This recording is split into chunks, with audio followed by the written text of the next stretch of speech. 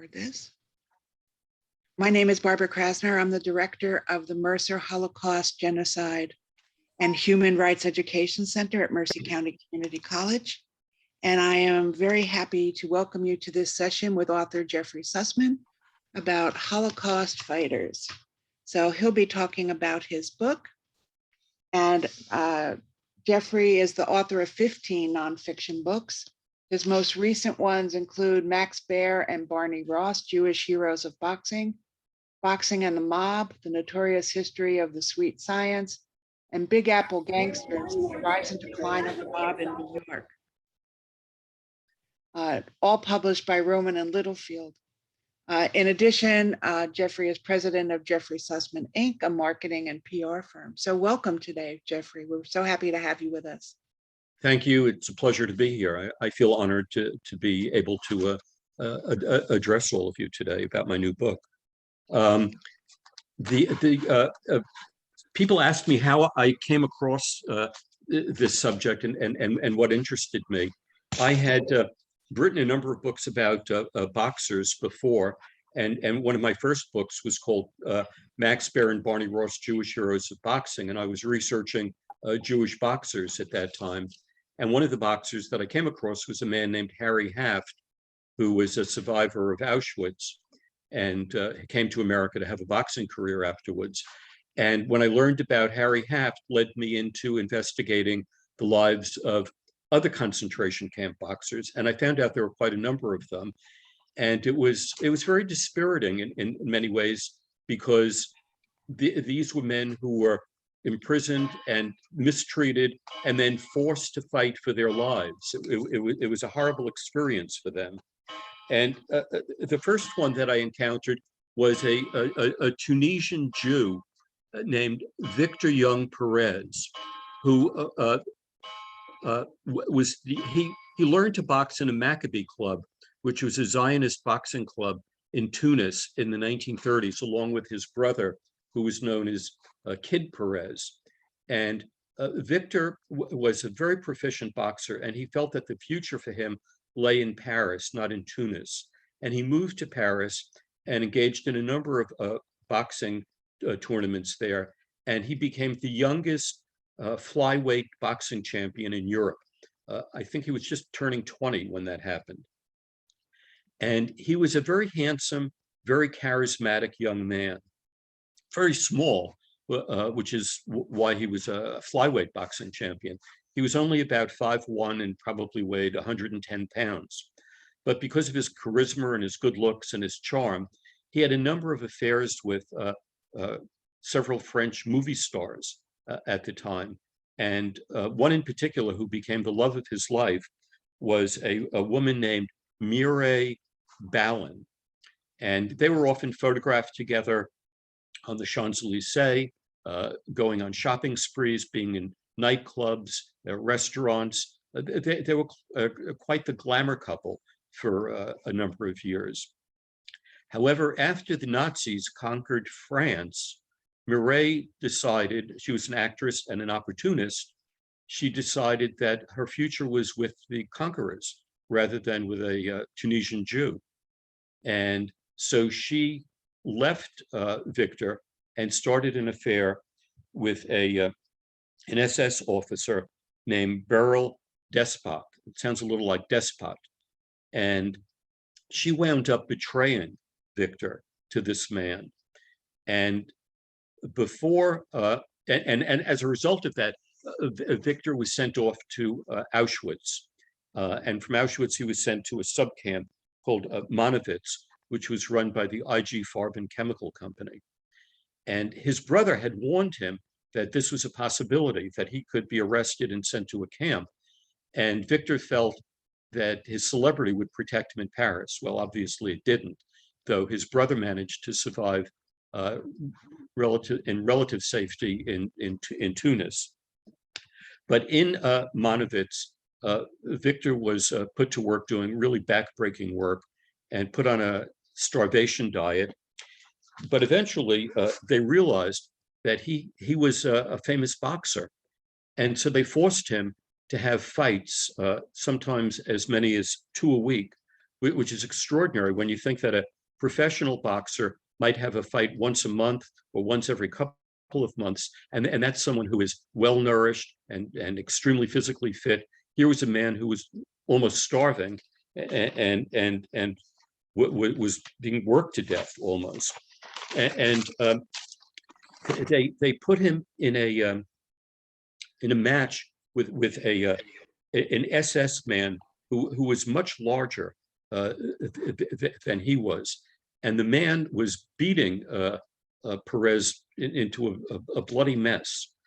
However, the guards at the camp invited a number of Jewish inmates to come and watch this spectacle, and they said to them, "You can watch it, but you have to keep your heads down. Anyone who lifts his head up is going to be taken out and gassed." So these Jews sat in like a semicircle around the ring with their heads down, and they were appalled that Victor was being beaten so badly.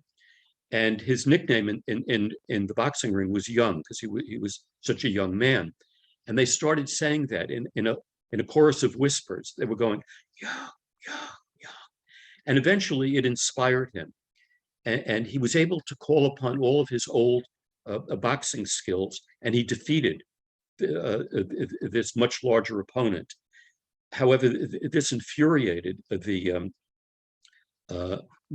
guards, and they forced him to have even more fights after that. And he continued to have just a series of horrible fights. And finally, as the Allies were winning in Europe, the commandant of the camp instructed all the Jewish inmates that they would be evacuated. And so Victor participated in what has now become known as the death marches out of Auschwitz. And in the process of leaving Auschwitz with all the inmates, he noticed a stale loaf of bread on the side of the road. And he went to grab the loaf of bread to feed himself and several of his colleagues. And an SS guard saw him and ran up behind him and shot him twice in the back of the head with a rifle and killed him. Victor was only 33 years old, and it was the end of a terrible life.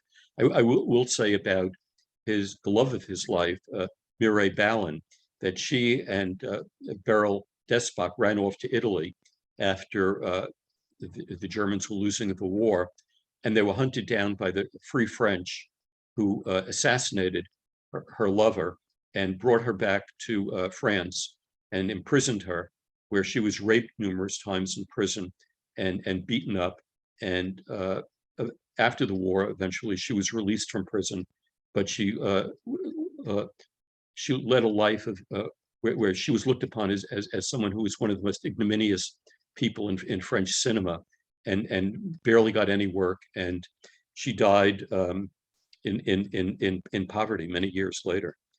The next person that I wrote about was a man named Nathan Shapow, who was born in Riga, Latvia, and he also trained at a Maccabee club in Riga. There were Maccabee clubs all over Europe at that time, and he was a natural born athlete. He was big and he was strong. He was a big bear of a person. He was a wrestler, a boxer, a football player, a soccer player. And when the Nazis came in and took over Riga, he knew that if they were, he saw that they were going to try to kill as many Jews as possible.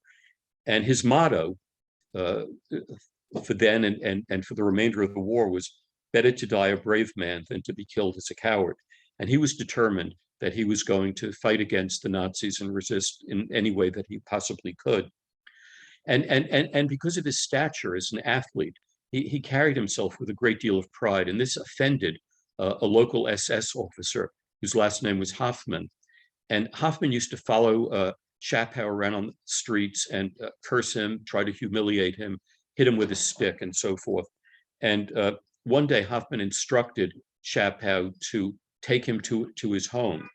And so Shapow took Hoffman back to his home, and Hoffman pushed him up against a wall, sort of like you see the police spread eagle someone with their hands and feet up against a wall. And Schapow turned his head to see what Hoffman was going to do. And just as he did that, he saw that Hoffman was pulling a Luger out of his holster. And Schapow, realizing all of a sudden that Hoffman intended to shoot and kill him, he swiftly turned around and punched him as hard as he could and knocked him unconscious.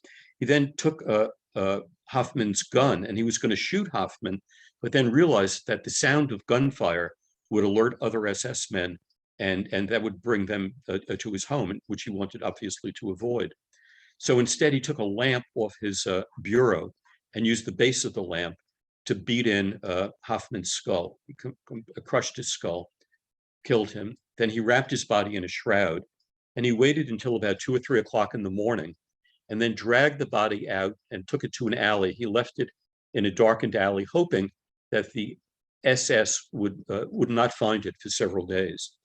However, 2 SS men found it the following morning, and they called forth hundreds of Jewish men into the town square and demanded that the perpetrator of this heinous crime step forward and confess. Well, Schapow is now in a terrible position. If he steps forward and confesses, he knows that he's going to be killed. If he doesn't step forward, the guards, the SS said, we're going to take 2 innocent Jews and hang them in the town square. So Schapow had a very strong survival instinct, and he was not about to confess. And he sadly stood there and watched as 2 innocent Jewish men were taken out and hanged. And this was a traumatic experience, and it filled him with terrible guilt, which haunted him for the rest of his life. But he felt that he had made the best choice for himself in being able to stay alive. The Jews of many after that, many Jews of Riga, about 25,000 of them, in fact, were taken to the Rumbala forest, where they were all machine gunned. It was one of the great catastrophes of the war, similar to what went on in Babi Yar. But Schapow escaped that, and he was eventually arrested by the Nazis, and he was sent to a concentration camp called Kaiserwald.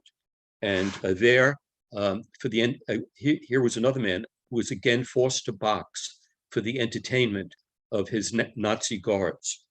And because Schapow was so big and athletic, they brought in a former middleweight boxing champion to fight him, a man named Werner Samuel. And Schapow easily beat him and knocked him unconscious. And once again, the guards were infuriated that this happened, and they decided to send Schapow to another camp where he would be treated worse than he was at Kaiserwald. So they sent him to a camp called Stutthof. And the guards at Stutthof were vicious and mean-spirited in a way that Schapow hadn't experienced at Kaiserwald.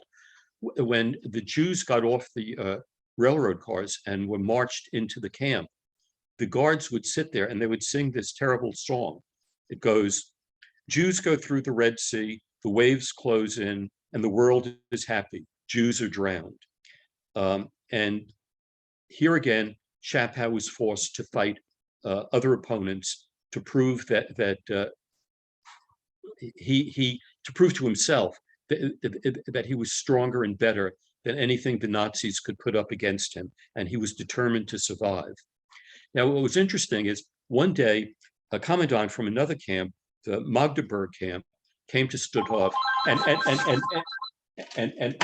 was looking for engineers who could work at the Magdeburg camp.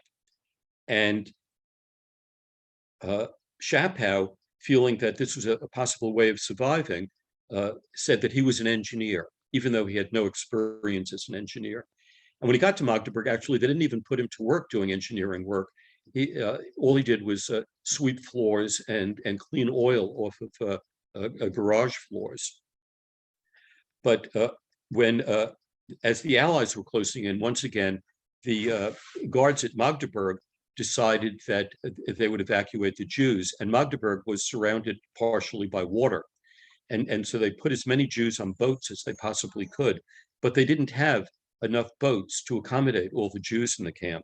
So they forced 50,000 Jews into the water around the camp, and then they machine gunned all 50,000 of those Jews.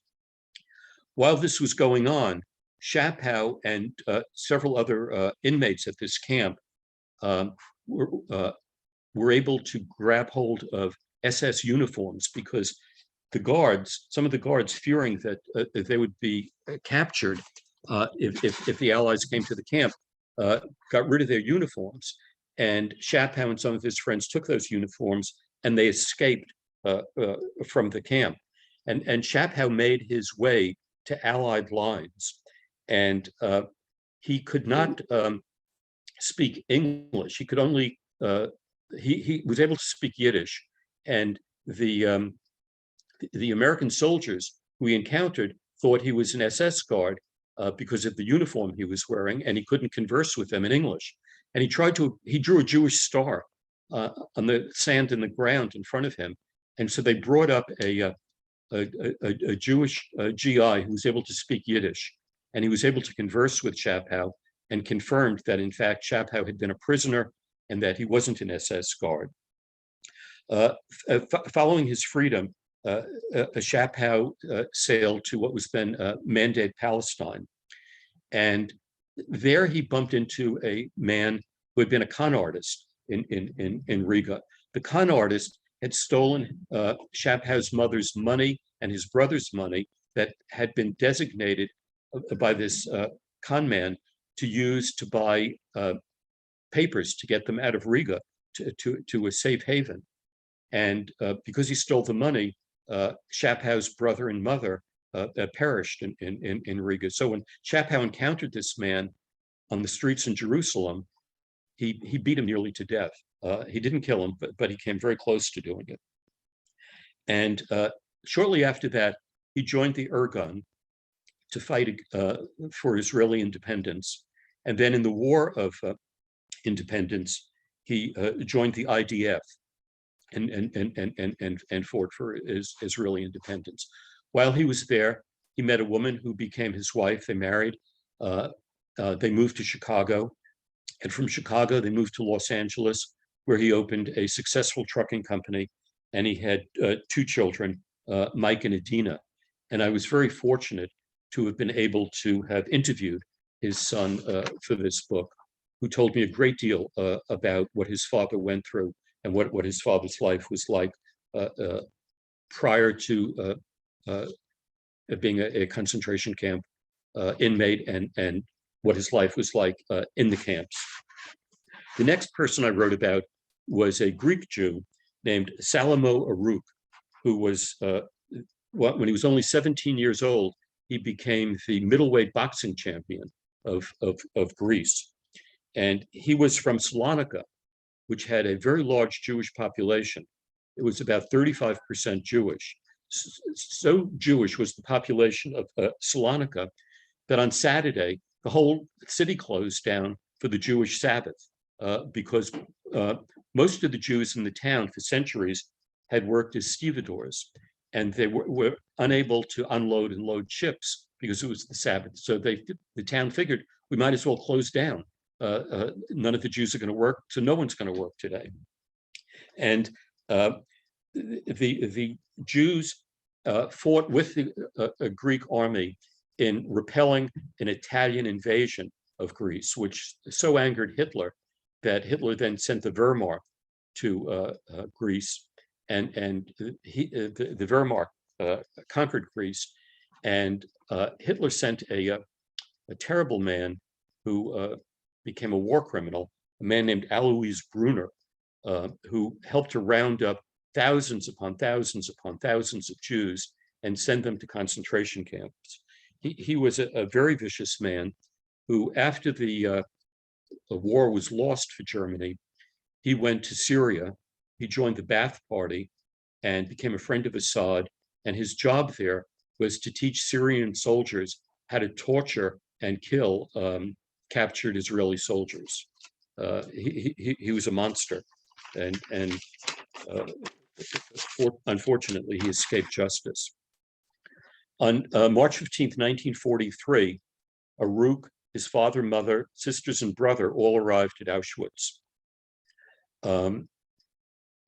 His father, mother, and sisters were immediately taken off to the gas chambers and killed. His brother was told that he had to extract the gold fillings from the teeth of gas Jews, and he refused to do that. And so he was shot in the head by a guard and killed. So Aruk was the only member of his family left alive. And because he had been the boxing champion, middleweight boxing champion of Greece, he was forced, like the others, to box for the entertainment of the SS guards. And they brought in this enormous Czech fighter who had been a champion, and thinking that he would easily beat Aruk. And fortunately for Aruk, he beat the Czech fighter, and God only knows what happened to the Czech fighter afterwards. After that, they brought in another champion fighter, a man who had previously won 100 fights. His name was Klaus Silber, and Aruk beat him. And the Nazis, again, were so upset about this that they dragged Silber off, and they either shot him or they gassed him. No one knows exactly what happened to him, but he was never seen again. Finally, as the years were going by, they found another boxer for Aruk to fight, a man named Jacko Razan, who had been Aruk's boyhood friend and had fought with him in Greece, in Salonika. And he was a very good professional fighter. He had won 120 fights. And just before their fight was scheduled to take place, they were liberated from the camp. So they did not have to fight with one another, and they were grateful for that. After the war, Aruk went to Mandate, Palestine. He joined the IDF. He fought for Israel in 1948, and then he also fought again in the Six-Day War in 1967. He married, he had a family there, and he died of his stroke in 2009. The next person I wrote about was not a Jew. He was a Sinti, which is a gypsy. The gypsies do not like the colloquial word gypsy. They think it's derogatory. They prefer either to be known as Sinti or Roma. And this one, his name was Johann Trollman, and he was a Sinti, and he was very swarthy in appearance. He had jet black, very curly hair that was quite long, unusual for that period of time in Germany. And he was sent to a local public school where just about all the children were very fair looking. They were blonde, sandy haired children, and they made fun of Johann, and they picked on him often. And his father wanted Johann to learn to protect himself against these bullies. So he sent Johann to a boxing gym to learn to box. And he became extremely proficient at it. And he developed a style of boxing which was unusual in Germany in the 1920s and 30s, where he danced around the ring, sort of like a Muhammad Ali would dance around the ring. And his style was very similar, where it was said of Ali that he would float like a butterfly and sting like a bee. Well, that's exactly the kind of fighting that Johann Trollman did. And he was trained by a German Jewish boxing champion named Erich Seelig, who really brought Trollman along and made him virtually unbeatable. And the Germans were not too happy about this. And because he was a Sinti, they denied him the opportunity to participate in the 1928 and the 1936 Olympics representing Germany. Germany did not want to be represented by a Sinti or a Roma. But before, after the 1936 Olympics, he was matched to fight a German boxing champion named Adolf Witt.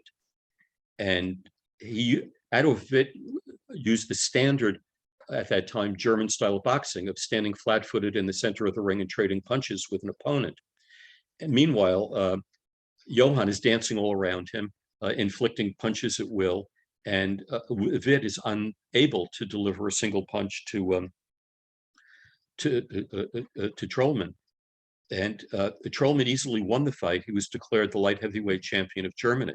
Well, this so upset the Nazi Boxing Commission that they rescinded his title the next day. And that caused an uproar among boxing fans. So they gave him his title back, but only on condition that he fight Adolf Witt again. But this time he had to fight in the German style of boxing. He was not permitted to dance around the ring. He had to fight flat-footed and trade punches with Witt. But Trollman had a satiric sense of humor. And prior to the fight, he dyed his black locks a brilliant blonde color and covered his body with white powder. And he entered the ring as a parody of an Aryan Superman. And this caused much laughter in the audience.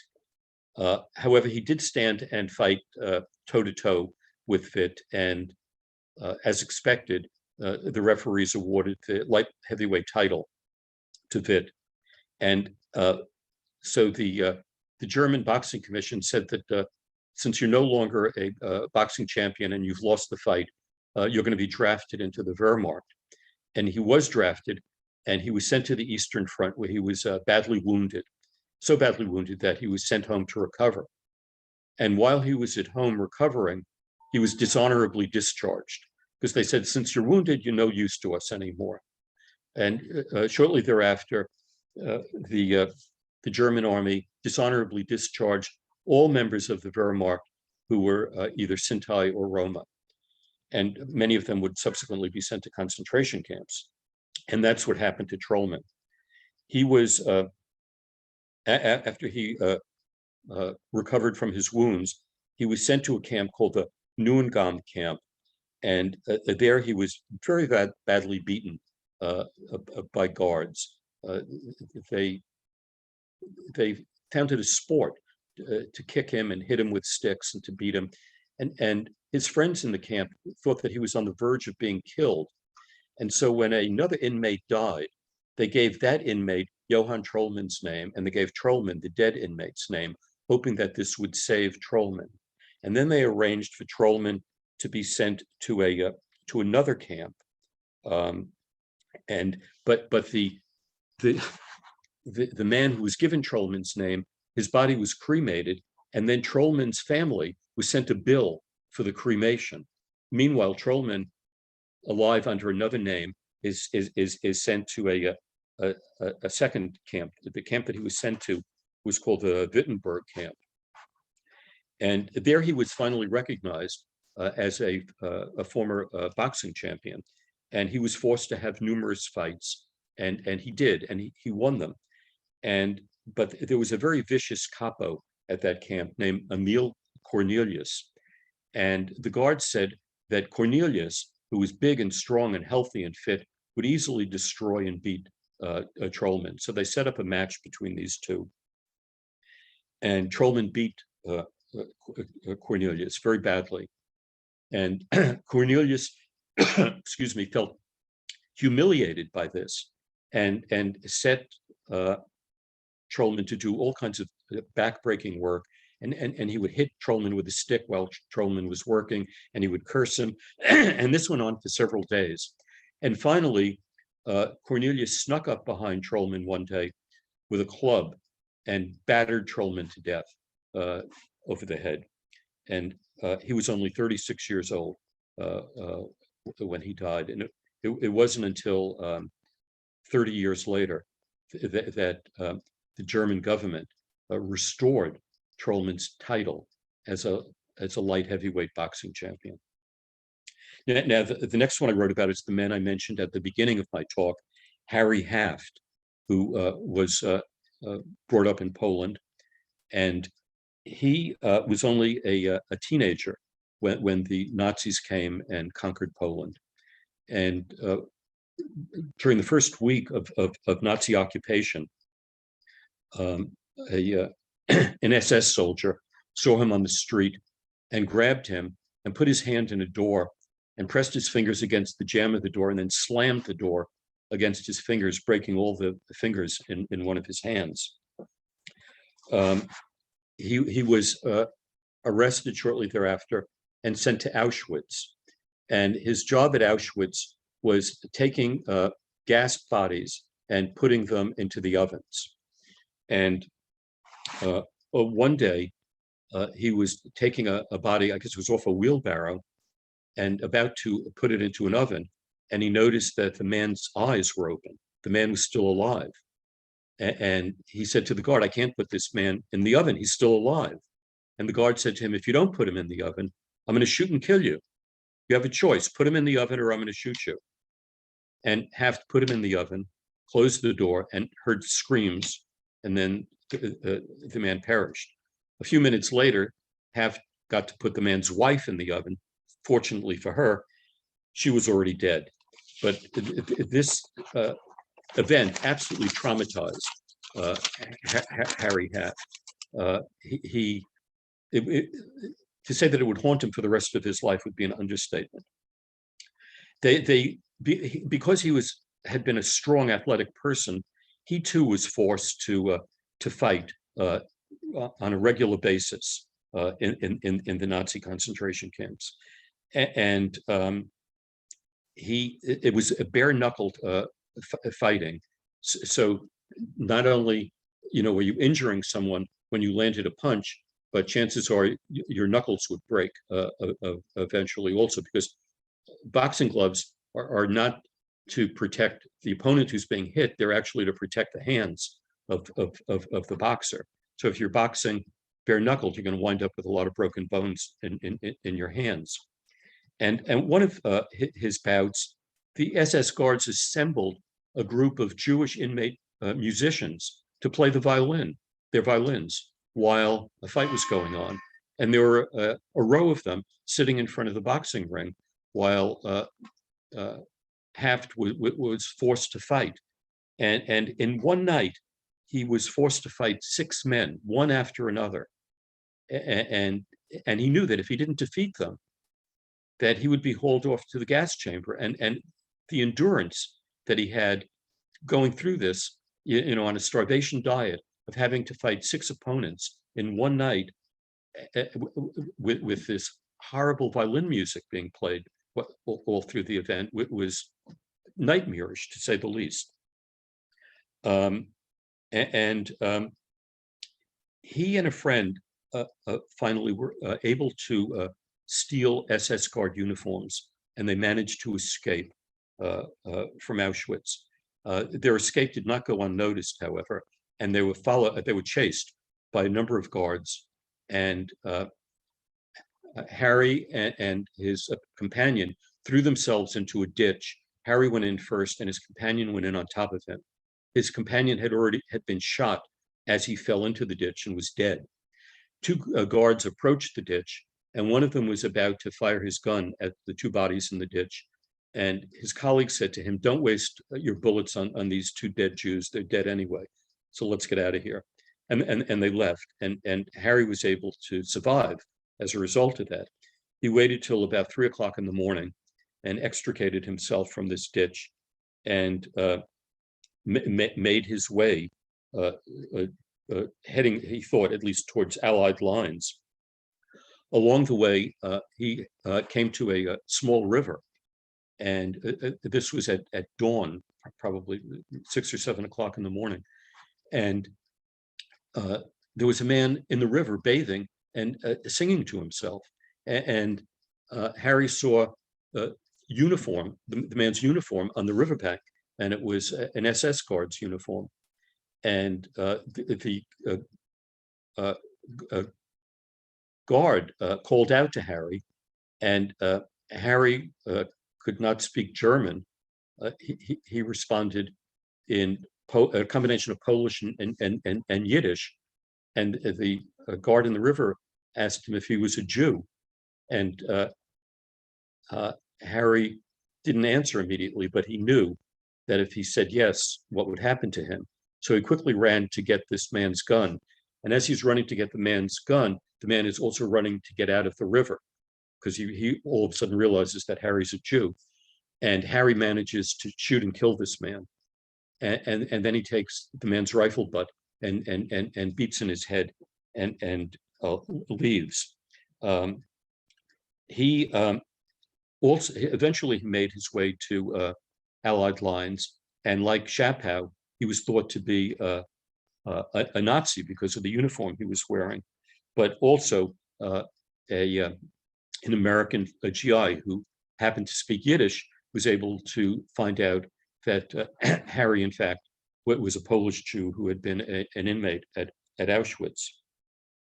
He survived for a while in a DP camp, and then he sailed to America and settled in Brooklyn, living with some relatives there. And he had no skills. You know, he had been taken prisoner when he was 16 years old, and he was a young man now who had no professional or trade skills. The only thing he knew was to box, which he learned to do in Auschwitz. So he figured, I'll try to have a career as a boxer in America. And he hired a manager, a man named Mandel, who was rather naive, but he was able to get Harry a number of amateur fights and then several professional fights.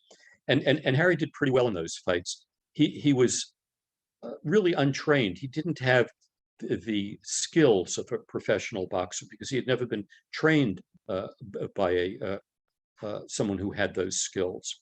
So he was a kind of rough person in the ring, but nevertheless, he was matched to fight a man who would eventually become the heavyweight boxing champion of America, a man named Rocky Marciano, and that was in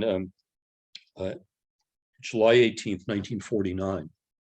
And just before the fight, three mafia men came into Harry's dressing room, and they told him that if he didn't lose the fight, they would kill him. And he knew that this was true because just 4 weeks before, they had killed another boxer who had refused to take a dive in a fight. And Harry lost the fight in the third round, and he was embittered by this. Here he was, he had 76 fights in Auschwitz, survived all of them. He survived the concentration camps. He comes to America, hopes to have a career as a boxer, and the mafia comes along and ruins it for him. And the traumas he experienced in the camp, plus this, just made him an extremely angry and bitter man for the rest of his life. He got married. He had two sons, and he mistreated them all. He was very abusive to them. He was short-tempered, angry, and his sons were very angry at him, obviously, for this. And it took his sons many years to finally understand what motivated his father to behave the way he did. And I interviewed one of his sons, Alan Haft, who is an attorney in New Mexico. And he sent me a letter that he wrote to his father when he finally understood what caused his father to be so angry and abusive. And it's a very poignant letter, and I would like to read it to you because I think that you will find it very interesting. Alan wrote to his father, "Dear Popsy, you've been gone nearly 12 years, and I miss not having a father. Growing up, you beat me for my childish misbehavior. The rage you had inside you often took out on me, and I feared your very presence. You broke furniture and punched out windows, abused Mom to no end. Despite the abuse, Mom always protected you, excused your behavior because of your background. I could not excuse you until I learned what that background was. I was ashamed of you. You could not read or write. You spoke broken English with a thick accent and had those green numbers on your arm. I wish I knew then what I know now. You suffered terribly at the hands of the Nazis. You saw horror and were forced to participate in it. After you told me all about your ordeal, what you had to do just to live another day, it helped me understand why you were who you were and are who you are. I now see how sorry you are for the abuse. How can anyone judge you? They call you a Holocaust survivor. But does anyone really survive? It has been said that the Nazis murdered your soul. Popsy, I have spent my later years trying to make the world better for you. Your story was published by Syracuse University. You were inducted into the Jewish Sports Hall of Fame. There is a major motion picture about your life. I know that you would have been happy that I made you famous.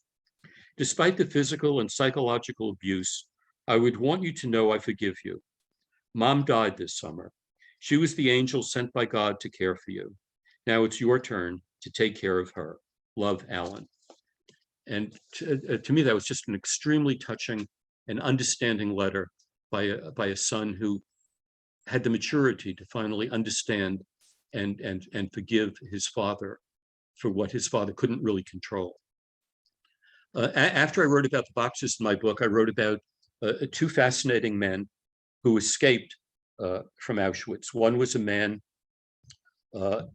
named Rudy Verba, who was a very successful biochemist and researcher after the war. And he wrote a report. He escaped, and with his companion with whom he escaped, they escaped, I think it was to Romania. They wrote a report about the atrocities that were going on in Auschwitz. And they were able to deliver that report to a Jewish ambassador from a South American country who was the ambassador to Switzerland, who arranged for the report to be published in Swiss newspapers. And it was published all over Switzerland, and it caused massive demonstrations in Switzerland against the atrocities going on in the concentration camps. Now the head of the Hungarian government was a Nazi puppet, and he had already sent hundreds of thousands of Hungarian Jews in the countryside to Auschwitz. Now, this report, after it was published in Switzerland, was brought to the attention of Franklin Roosevelt by Henry Morgenthau, his Secretary of the Treasury. And though Roosevelt had refused to bomb the railroad tracks leading into the concentration camps, he sent a message to the puppet governor of Hungary saying that if any more Hungarian Jews were sent to concentration camps, that the American Air Force would bomb all Hungarian and Nazi military facilities in and around Budapest. And so that saved the lives of 100,000 Jews who lived in Budapest from being sent to the concentration camps. And that's a direct result of Rudy Verba's report. The other man who I profiled was a Polish Catholic cavalry officer and probably one of the great unsung heroes of World War II. He was a member of the Polish Home Army who fought diligently against the Nazis during their occupation of Poland. He heard stories about the atrocities at Auschwitz, and he put himself in a position of being arrested so that he could actually go to Auschwitz and see for himself what was going on there. He stayed in Auschwitz for 2.5 years, and he sent secret messages to the Polish Home Army in exile in London. And he also was able to build, unbeknownst to the Nazis, a shortwave radio transmitter and transmit messages to London as well. Eventually, the Nazis heard about this, and they had to dismantle the radio and destroy the parts. And he and 3 other men eventually escaped from from Auschwitz, and they made their way to freedom. The 3 other men, the Nazis knew who they were. They couldn't capture them, but they arrested their parents and demanded that the parents tell them where these other men were hiding. The parents didn't know, but the Nazis killed all their parents for not helping them. Witold Pilecki, the Polish cavalry officer, made his way back to Warsaw, where he wrote this report, and it was disseminated through the Polish Home Army. When after the Nazis were defeated and the Russians took over Poland, Pilecki was looked upon as a traitor because he, as much as he was an anti-fascist and anti-Nazi, he was also an anti-communist.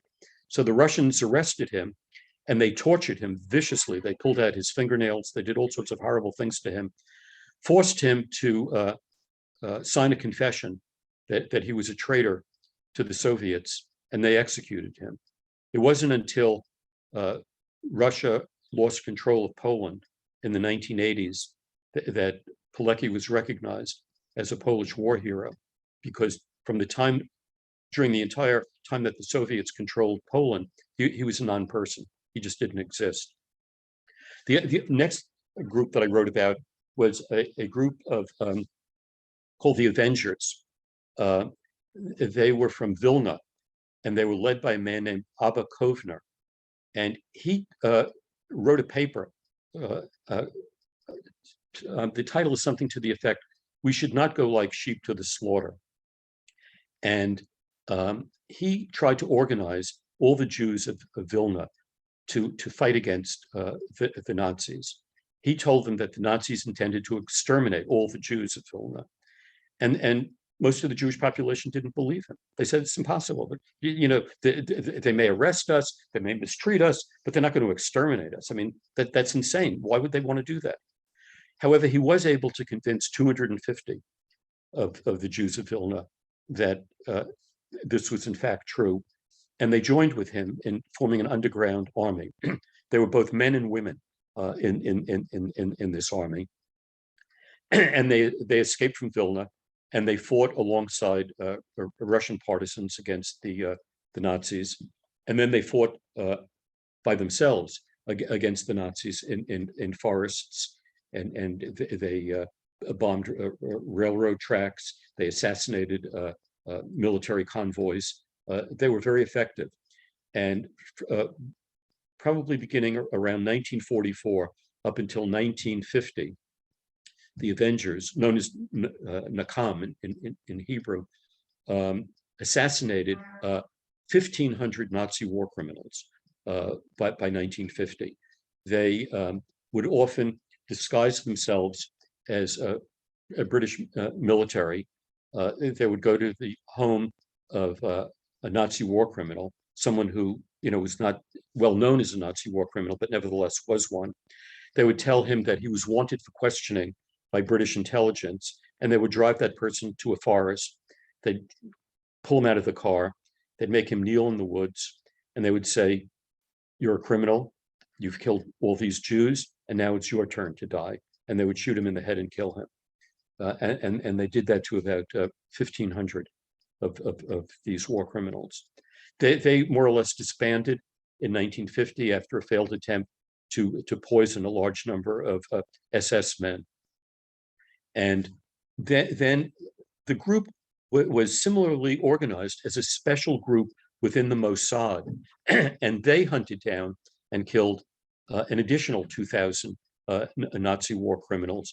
Probably the most famous was a man named Herberts Kukers, who had been known as the Beast of, or I think it was known as the Beast of Riga.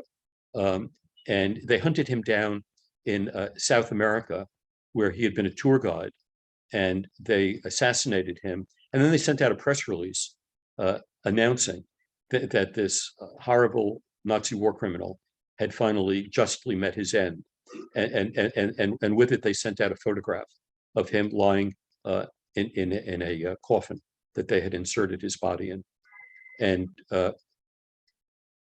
after killing about 2,000 Nazi war criminals, that group was disbanded pretty much and just absorbed into the regular part of the Mossad. And my book finally concludes with the trials of Nazi war criminals. And it deals not only with the major Nazi war criminals, but also with the lesser known ones who were not the subject of so much publicity after the war. Anyway, that's the story of my book, Holocaust Fighters, Boxers, Resistors, and Avengers. And if you have any questions, I would be very happy to answer your questions if I can. Well, thank you so much. We do have some questions in the chat. Was a movie based on the Avengers made? No, as far as I know, there hasn't been. There have been several attempts to make movies, but nothing has ever come to fruition. There is a movie that was made about the life of Harry Haft. It was made by Barry Levinson. It hasn't been shown yet. It was recently purchased by HBO, and I've been told that it should be on HBO sometime later this year or early next year. There was an Israeli movie made about Victor Perez, but the movie's in Hebrew and it doesn't have subtitles. So if you can't speak Hebrew, you'll only be able to watch the movie without necessarily understanding everything that goes on in it.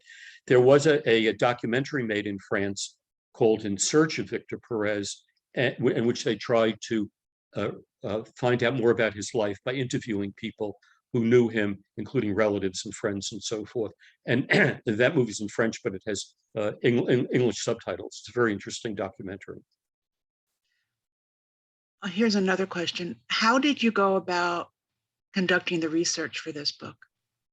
Well, I was very fortunate to be able to interview the sons of Harry Haft and Nathan Chapow, and they gave me a terrific amount of information. I was also able to go to different foreign language publications, and if I couldn't read the language, I had friends who could translate it for me. So I was able to get magazine and newspaper articles from the 1930s and 1940s, which provided me a wealth of information that wasn't available in English. Great. Is there anything you would have done differently with this book now that it's been published? I only wish that I had started it when some of these people were still alive, so I could have interviewed them as well as their children, because 3 of the boxers survived, and Abba Kovner survived, and it would have been wonderful if I could have interviewed them, but they were already dead by the time I came to writing this book. What was interesting also about Abba Kovner and Rudy Verba is both of them were called upon to testify at the trial of Adolf Eichmann, which they did. And you can research their trial testimony if you're interested. And for those of you who don't know, that took place in Israel in 1961. Very famous, it was televised, and had a very different strategy for testimony. So we have a couple of other questions. The monster you described who escaped after the war, what was his name, and do you know any more about his escape? He went through what was called the rat line, which was an escape route that was run by renegade Catholic priests in Italy, and his name was Alois Brunner, and he died of old age in Syria. The Mossad attempted at one point to try to kill him. There was a Mossad agent who lived in Syria and provided a lot of information to the Israelis, but he was uncovered as a Mossad agent, and he was hanged, and that was the end of the pursuit of Brunner. And did you come across any testimony or story that was particularly haunting for you? I think all of them were. You know, after I completed each chapter of the lives of the boxers, I almost went into a depression, because what they had to endure, to my mind, was unbearable. And you know, you wonder how these people endured, and if you could possibly endure something like that. I had my depression at the same time also led to a tremendous admiration for these people. I think they were heroes. You know, when I sent a copy of my book to Mike Chapow, Nathan Chapow's son, I wrote in it to Mike Chapow, son of a hero, and I regarded them all as heroes. Great. Are there any other questions? Just put them in the chat.